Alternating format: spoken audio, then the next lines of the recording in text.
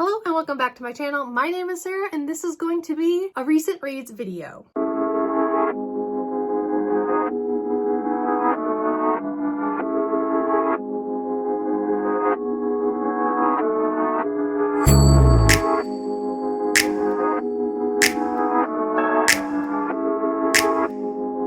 My new structure, sort of, for recent reads or kind of like wrap-up videos is I'm only going to be talking about 5 books at once, and so here we go. The first book that I'm going to be talking about is Crooked Kingdom by Leigh Bardugo. This was a gift from Noria, from the Chronicles of Noria, I think last Christmas or my last birthday, so like 2019 Christmas. There it is. But anyways, I gave this 4 stars, and I think it's mainly because I didn't love this book as much as everyone else seemed to like this book. I didn't get overly emotional with this book. There was a major death that I really just didn't care about, that I know like everyone else like literally sobbed over, and like I just didn't care. Does that make me heartless? Probably. But this is a 4 star. I did like more things in this book than I disliked it. The only thing I didn't really like about Crooked Kingdom was the pacing. It was just really slow to me. I don't do well with slow paced books, and I think that's probably just the major like personal issue I have when reading books. And this duology, to me, both books seemed just really drawn out, which again, it's preference. And then I guess the other thing that I sort of, now that I think of it, I don't know if one of the reasons I bumped this down to a 4 star, but it's just, I guess, some commentary, is I would have liked a little bit more, I don't want to say romance, relationships? I don't know. There were so many relationships hinted at in this book, and I felt like none of them really came to like fruition as much as they could have. And I guess I was a little disappointed. There is one relationship like duo in this book that I was like, okay, I can get behind this. It's going somewhere, or there's hinting that it's going somewhere. It's kind of an open ending, but like I'm there for it. Another one, I wanted it to take like a 1 step closer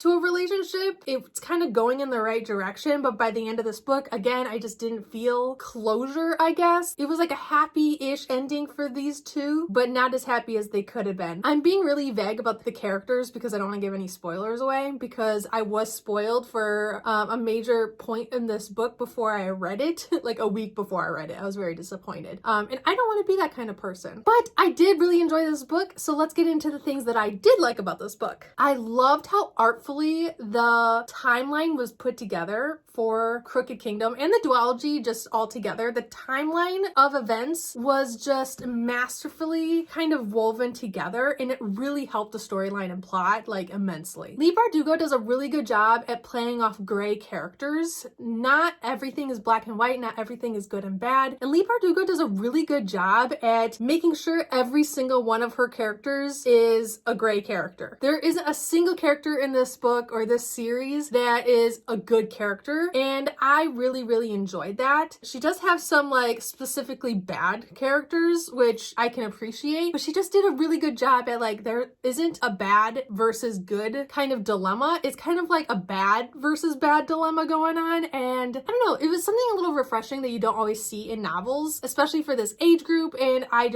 really appreciated it. Each character in this book, in the sequel, grew immensely. We learn a little bit more about each character, the backgrounds of each character. We see the character growth with almost every character in this book, especially compared to the first one. Some of my favorite characters to date in all the books I've read are from this series, even though it was like a 4-star series for me. But I think that just says a lot about the characters and the character growths within this book. I love them all. The humor and the heartbreak in this book it was like one of those tipping scales. It always felt very even. Like there was enough heartbreak and violence with the humor. The humor is a big part of this book, and I loved it. Though we do lose, I want to say, like a major character in this book, I didn't sob like the rest of the community did, like I said earlier. And I would have felt like a better redemption arc for this character would have been better played than just killing them off. But I guess, again, that's more my personal preference, just because I guess the death didn't do it for me. Like, I feel like a really intense redemption arc for said character would have done better for me as a reader, but I mean, I can see why Leigh Bardugo did it. Ending of this book was open-ended and heartwarming enough that Leigh Bardugo could go on with like another side series, and I really liked that. Though it did do a really good job in making it feel like the conclusion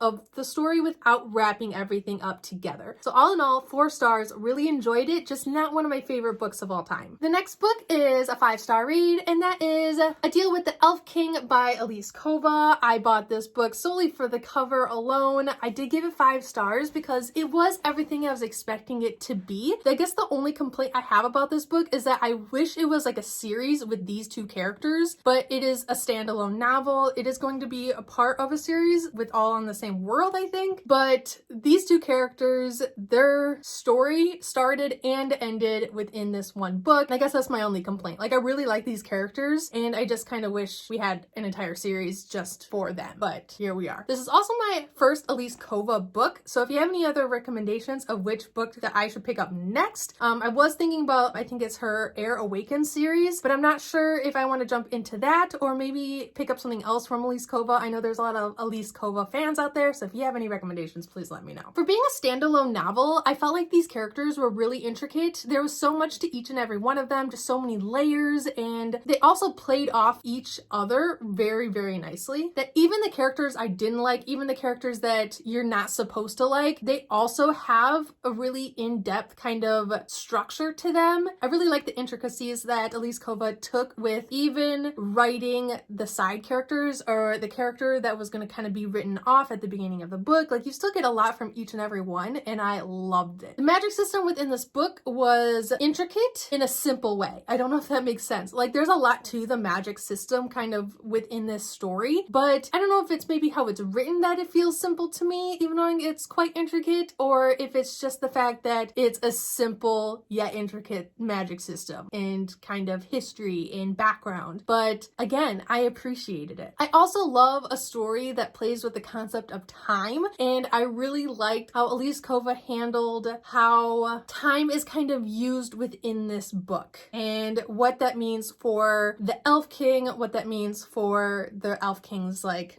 bride, mate, wife, whatever you want to call her, what that means for everyone outside of the kingdom, kind of in like the human realm. Basically, time is a huge aspect of this book, including the main like storyline itself and plot, and I loved it. I love this book. And again, the only thing I didn't really like about this book, but I knew going in that it was a standalone, is just like, I do wish it was a series. I wish that Elise Kova really dug her heels in and gave us something just absolutely amazing. But that's one of the reasons why I do want to pick up one of her series, is because if she puts so much into this like smaller standalone novel, I'm kind of wondering what she could give me if I read an actual series from her. So again, 5 stars. I really liked it. It wasn't something super mind-blowing, but for me as a reader, I really just enjoyed this short standalone fantasy romance, and here we are. The next book is also a 5-star, and that is Red Queen by Victoria Aveyard, and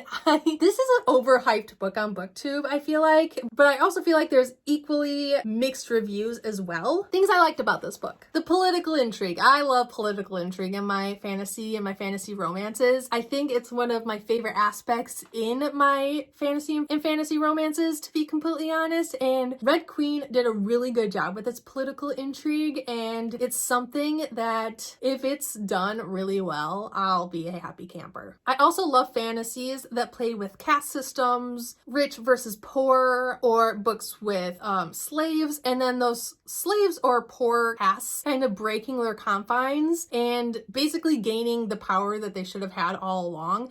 There's something about that story and storyline that I absolutely love, and Red Queen also does a really good job at that. Red Queen, I feel like, is one of those books that I'm gonna want to reread at one point, but the big part about reading Red Queen is going to be the ending and like the reveal at the end. I'm never going to be able to read that for the first time, so I don't know if Red Queen is gonna have quite the impact second, third, fourth time around, but it's something I'm always going to be able to appreciate, if nothing else. I was mad. I was really, really mad. There is a huge kind of lie, backstabbing kind of reveal at the end that I wasn't expecting in the least. It caught me so off guard, and I think that's why I was so mad about it. I was really torn up about it, but I mean, that's fine. It's part of a good book. book, and so here we are. There is a character that kind of comes into play at the end of this book that had me ecstatic though. So while I'm fuming while reading this book, I was also smiling. So I was like happy, mad, mad, happy. I don't know. There was a lot of feelings I had at the end of this book, but kind of the savior who saves our main female protagonist at the end of this book isn't who I was expecting it to be. Like, I knew someone had to save her, but I wasn't expecting who showed up.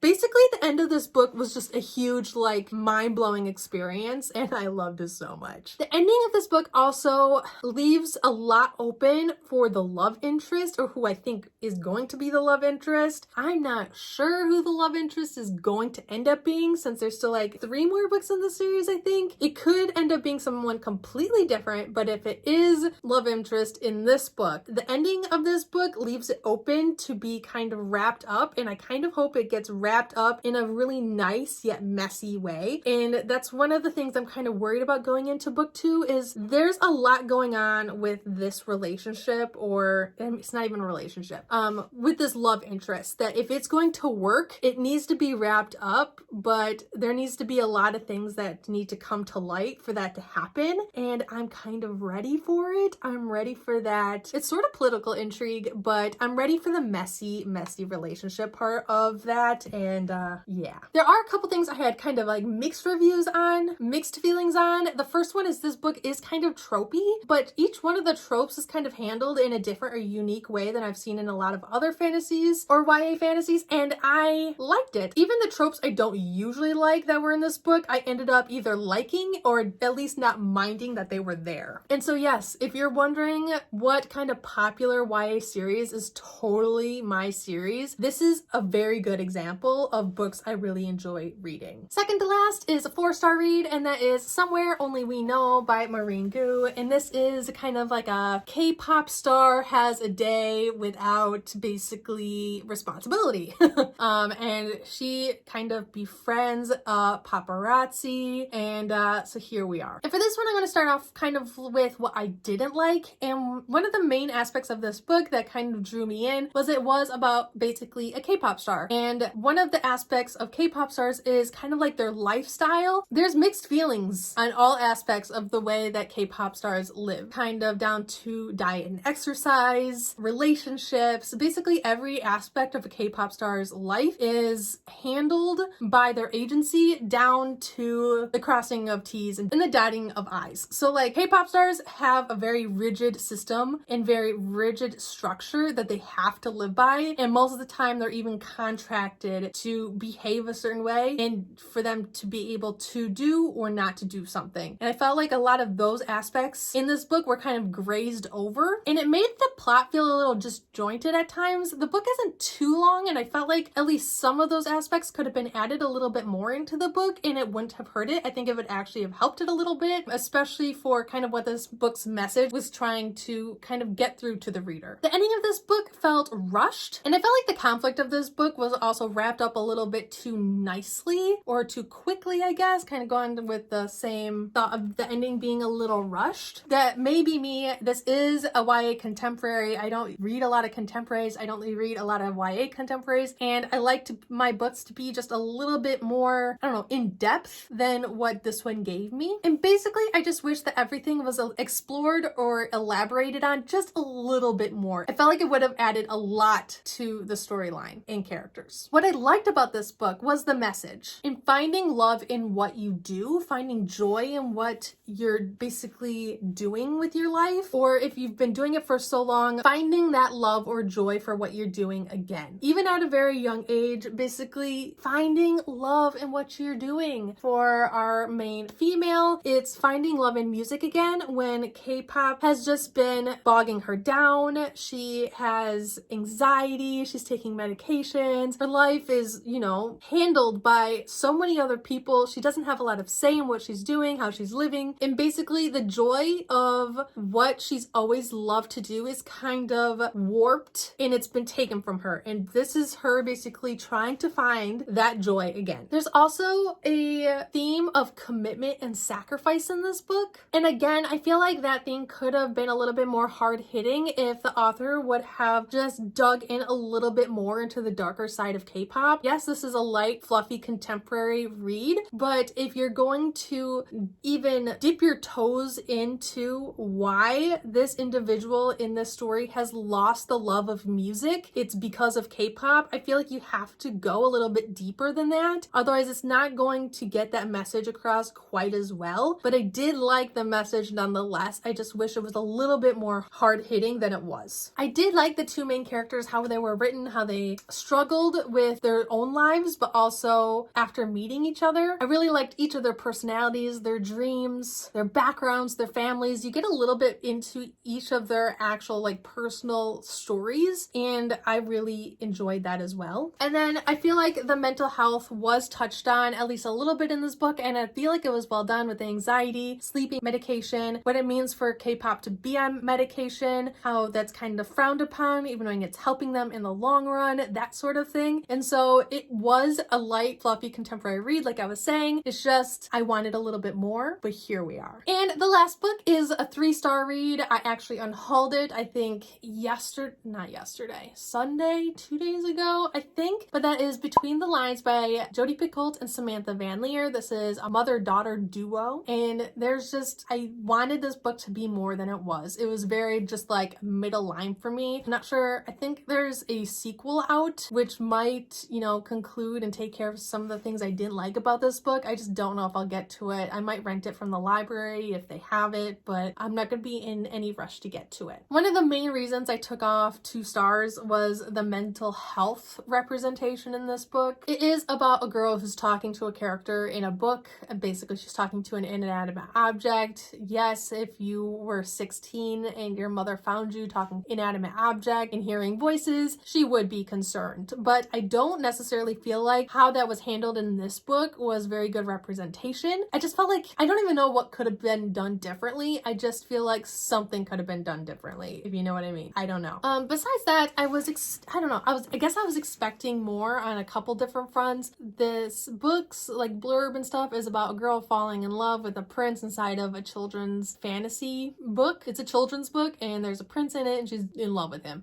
So like her jumping into the book or him coming out of the book, there was like a short scene where that kind of happened. It just, I don't know, the entire book felt disjointed. Don't feel like it was written in a very good way, especially if you compare it to other Jodi Picoult books. I love her writing, and so maybe that's why this book just didn't hit home for me at all. Though the story concept of this book about what characters in books do when you're not reading them, kind of how for them it's kind of a job, they're stuck in this book and every time you open it, it's kind of like they're part of a play kind of thing. That was kind of cool. Them being able to see kind of when the surroundings, when the book is open is kind of cool. But I mean, I don't know, it's just, I felt like it was poorly written. And for being kind of a YA book, I felt like it was overly childish and on the side of being a little bland. So I don't know what else to say about that. What I did like is that this book is unique. It is different from anything else I've ever read, and the audiobook was actually pretty good. This book does have illustrations in it, but I just couldn't read it physically. The only way I was going to get through it is if I did listen to the audiobook, and the audiobook was well done. Kind of the little like magic aspect of the book is also pretty cool, how the characters in a book aren't just words on a page basically, but they're actually kind of living inside this book. This book that the main character has is a children's book with illustrations, so I mean that's also something to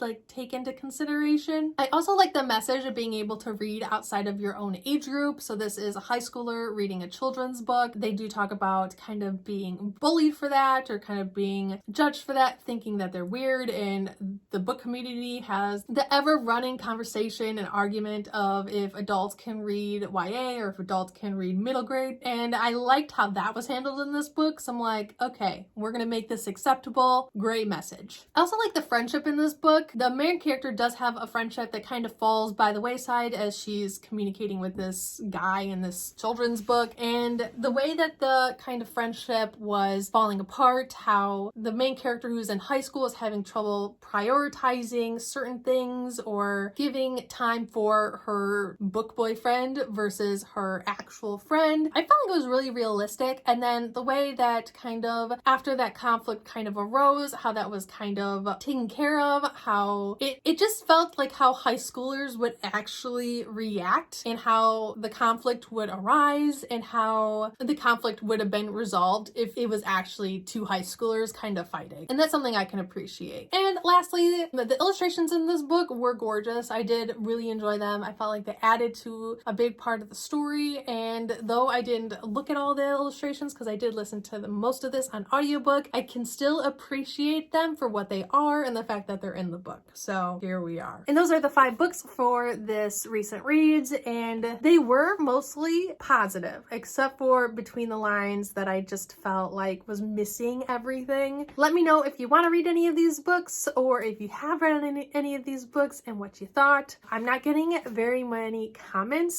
Some videos I don't get any comments, so just leave a comment, leave an emoji. I don't care what you leave, just leave something so I feel like I'm not screaming out into the void. But anyways, that is all. Please like, comment, and subscribe down below if you haven't already, and I'll see you guys all next time. Allah, bye!